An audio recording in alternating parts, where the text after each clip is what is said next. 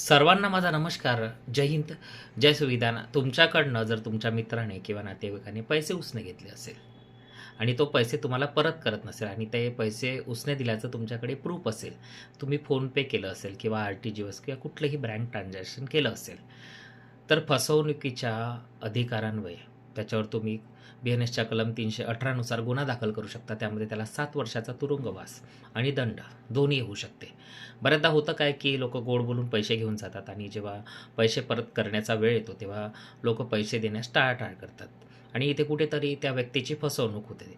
त्यामध्ये आपण एक दुसरं ऑप्शन असं असतं, की एकतर आपण पोलीस कंप्लेंट देऊ शकतो आणि दुसऱ्यांदा आपण सूट फॉर रिकव्हरी ऑफ मनी, यामध्ये तुमची फक्त कोर्टाची स्टॅम्प ड्युटी जाईल आणि बाकी जी प्रोसेस आहे, जर प्रूफ झालं, तुम्ही पुरावा दिला आणि तुमच्या केसमध्ये काही तथ्य असेल आणि जजेसला वाटलं, तर निर्णय तुमच्या फेवरने जातो.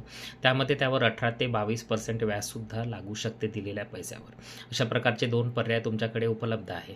अशाच प्रकारच्या कायदेशीर माहितीकरिता माझ्या पेजला फॉलो करा आणि आवडलं तर नक्की शेअर करा.